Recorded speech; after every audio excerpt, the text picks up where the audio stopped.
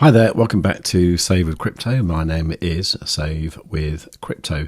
Please do like this video, subscribe to the channel and put the notifications on all, because I do some good stuff here and I don't do it alone. I have the help of an excellent coder called Math, and he's helped me, well, not just helped me, he's really redesigned this indicator that I've been playing with for the last few months. Now, the indicator at the moment looks like that, which is a complete mess, isn't it? If you look at it for the first time, it's just confusing, it's a complete turn off, and it just looks terrible. The new version looks like this. This is pretty amazing. Now, the key parts of this is, of course, the shaded area here. And what you're looking for here is when, for example, it bunches up down the bottom like that, and you get these lows like this.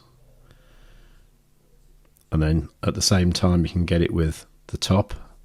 So like this peak here, this is when it went really thin and high there. And the important thing to notice here is this little bit of space there. This is what Math calls airspace. Okay, and these things are really good indications that you're at a peak. Even ones like this here, when it was a smaller peak, but a peak nevertheless. So that's really cool, and this is really easy to see now, isn't it? And it also looks beautiful as well. In addition to that, you get these green and red backgrounds, and you can see quite clearly here, this is when a certain number of stochastics start to curl upwards, so you're seeing a trend reversal, and this is like excellent to see, like this low here, that smaller low there, and that's just a really useful thing to see. You see a green arrow there as well. That's what we call a super up indicator. That's a really strong version, and in a similar way, these red arrows here, the super down indicator, also shows that that's a really strong down signal as well. In addition to that, you've got these like green crosses here. Now what this means is like, okay, well, it's looking like the price should come down any minute, but really everything's going up, so just hang on a minute. So basically that means don't make any rash decisions just yet, okay? Wait until those green crosses disappear before you make a decision. And in fact here, when they stopped appearing, the price did come down a little bit. Now you do also get those as red crosses as well. So here the red crosses were saying, okay, well, it looks like it should reverse any moment, but the price is still coming down, so don't make any rash decisions. And indeed the price did come down quite a lot until they stopped appearing, and then it went up. Now, Math has also vastly improved the way the settings work. So here are the old colours that we used to have in the older one. But now, if you look at the style, you can see that what we're showing now is just stochastic 1 and the average, okay? If you want to see it like the old one, you can enable these, and that will show the old coloured stochastics, which will be these colours here. But for now, what we're seeing, you can just see the red one, which is the fastest moving stochastic, and then the white one is the average, which I now filled in with this shading. So the more purple it is, the more divergent the signal is, and the more intense white it is, the more converging the signal is, which is the really strong one that we're looking for. For example, this one here, or this one down here. Okay, so at the moment this isn't actually published, so I've just got the code up in another window. I just wanted to make sure these dates were right. So it started off being written by Christopher Plunkett. It was modified by CryptoJ. Many thanks to CryptoJ as well for sorting out a lot of the things that weren't working with the original version. So he did that on April the 6th.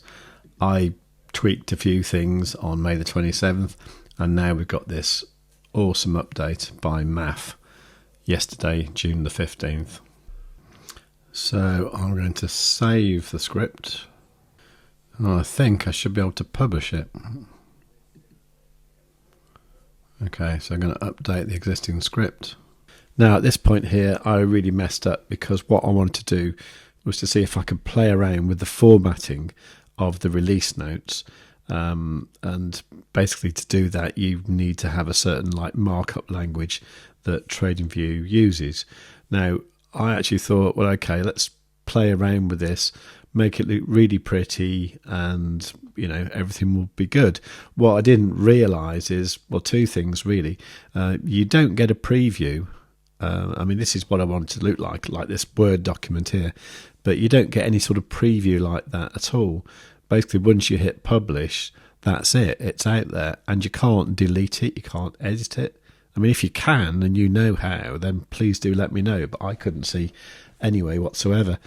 But what I did was I thought I'd have a little play with Grok and see if it could come up with any nice formatting ideas. And it came up with something that I like the look of, and I thought, oh, maybe I could use that to edit the original description, maybe.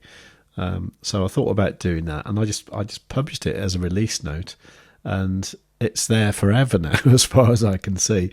So if you look at the release notes, what I actually eventually ended up with, they are a bit of a mess, to be honest, and I really apologise to Math for this, because he'd done a beautiful job of doing the Word document, just perfect. And I did get it kind of out there in the end, but I didn't even get it right in the end. I'll show you. Okay, so this is how the description page is looking at the moment, which looks okay. I did kind of want a screenshot of just the actual oscillator, but I'm not sure now. I think it's probably quite good to see it with the actual candlestick chart as well at the same time, because then you can see that bit there where the green background worked beautifully, and I think it's okay, to be honest. So what I did was this bit down here, where it says release notes, this one here, hash quad rotation stochastic, this bit. This was where I was just playing about with things. I wanted to see if these symbols appeared and stuff, and I wanted to see if it could draw nice tables and stuff, and it just looks awful. This bit here, where it says stochastic 1, all I really wanted was for that to look like a code bit, like that kind of font that code is always in, that's all I wanted there. But it put this whole box here saying Pine script, so that was wrong as well. So now I've done this final bit, right? So ignore all that. So I've now done this bit here where it says updated screenshot. I also made a mess of the release notes, so here they are for June the 16th, 2025. Please ignore the above notes from this date above, right? So let's have a quick look at it. So the original version of the quad rotation stochastic indicator showed 4 separate stochastic lines. The convergence and divergence of these lines is the underlying principle of this indicator. Although it is useful to see each of these lines, in day-to-day use they prove to be confusing and distracting. This update makes the indicator easier to interpret and more appealing visually. The previous classic view is still available via the settings. The shading between the stochastic lines visually represents the convergence or divergence between the fastest stochastic, stochastic 1, and a weighted average of all 4 stochastics. The shaded area shows how tightly the fast stochastic, stochastic 1, and the average of all stochastics are aligned. Tight convergence in overbought, oversold zones is a strong signal, especially if the lines start to curve inward, suggesting a reversal or confirmation. The gradient intensity encodes disagreement. The stronger the shading, the more divergence. And then there's a few other things that have changed. Now, one of the things that people might be disappointed about, although you shouldn't be, is the fact that the bullish and bearish divergence lines have disappeared. Now, we did think about asking the SWC community if this was a good idea or not, but then we decided that it's a good idea and you're not going to get a choice. Sounds harsh, but the thing is, right, is these lines here, like these green lines here and these red lines here, they do signify bullish divergence and bearish divergence. So you would think that is incredibly useful, but the problem is they don't appear until it's too late. So for example, this big long one here, this big long green one there, that wouldn't have actually appeared until there. So by then it's too late because the climb has already happened. So the only use you would have for those kind of things is to maybe sell the indicator and say, oh look, it called that perfectly, or it called that perfectly, which is nonsense because it told you what happened in the past, which is no use to anyone. So for that reason, we've got rid of that. And it does mean now that the settings are really, really neat. So at the moment, we're only showing this stochastic there and the average one there. So the red and white, and they're the ones either side of the shaded area. You've got the shaded area itself, and everything else, I would suggest you leave it alone unless you really know what you're doing. Especially these ones here, when it says change these at your peril. Okay. Now there is one thing that in the styling of it, we used to have a thing here where you could change the colour and opacity of the red and green background. Now these things are put in by TradingView automatically, and for some reason it's chosen to take those out, and we don't know why. But to be honest, it's these ones here. They're set at 50% opacity. I think that's fine, to be honest. I mean, that looks okay like that. If you were to look at that in a light mode, it looks fine as well.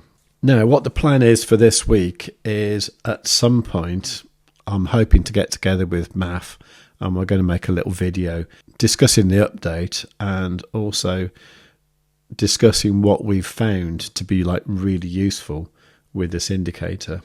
And we're both in agreement that the actual accuracy of this indicator is really good.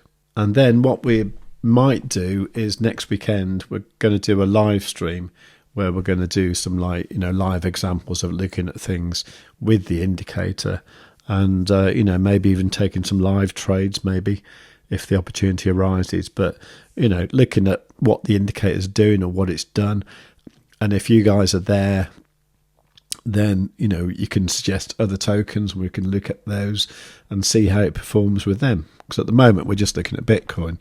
But if you were to look at something completely different, say for example GameStop, you can see some brilliant things, such as here on the 1 hour time frame. Look at this red background here when it was up at $34 and we're now down at $22. I mean, that's just phenomenal, isn't it?